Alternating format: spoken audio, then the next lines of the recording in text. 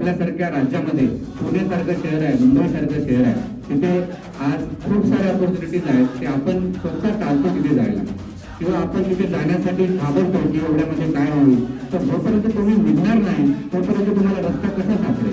आपण घरातच बसून सगळं समजणार की मला रस्ता कुठून भेटेल, काय भेटेल, तर मित्रांनो नाही भेटणार. जोपर्यंत तुम्ही घर सोडून निघणार नाही तोपर्यंत सक्सेसफुल होणार नाही. आतापर्यंत कुठलाही इतिहास घ्या, ज्या माणसानं घर सोडलंय तो लवकर सक्सेस झालाय. कारण जोपर्यंत माणसाला मेहनत करायची इच्छा होत नाही ना तोपर्यंत माणूस सक्सेस होऊ शकत नाही. फेलियर्स आहेत, सगळे आहे, पण तुम्हाला ते सहन करतच जायला लागेल.